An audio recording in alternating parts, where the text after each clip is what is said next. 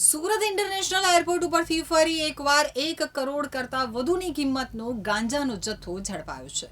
Surat international airport ધીરે ધીરે drugs માફિયાઓ માટે નવો કોરિડોર બની રહ્યું હોય તેવું ચિત્ર ઉપસી આવ્યું છે.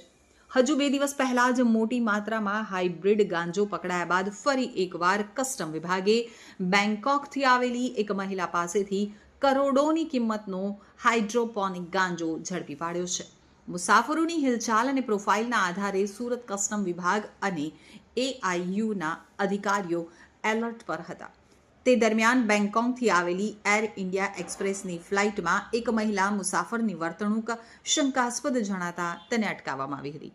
મહિલાના સામાનની સઘન તપાસ કરતા તેમાંથી 7 વેક્યુમ પેક્ડ પારદર્શક પોલિથીન પેકેટ મળી આવ્યા હતા, જેમાં તપાસ કરતા લીલા રંગનો શંકાસ્પદ પદાર્થ મળી આવ્યો હતો. ફોરેન્સિક પરીક્ષણમાં આ પદાર્થ હાઇડ્રોપોનિક ગાંજો હોવાની પુષ્ટિ થઈ હતી.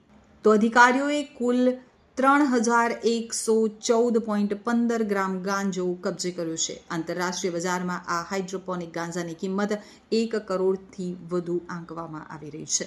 કસ્ટમ વિભાગે NDPS એક્ટ 1985ની વિવિધ જોગવાઈઓ હેઠળ ગુનો નોંધી અને મહિલા મુસાફરની ધરપકડ કરી છે અને આ ડ્રગ્સ કોના માટે લાવવામાં આવ્યું તે દિશામાં તપાસ હાથ ધરવામાં આવી છે.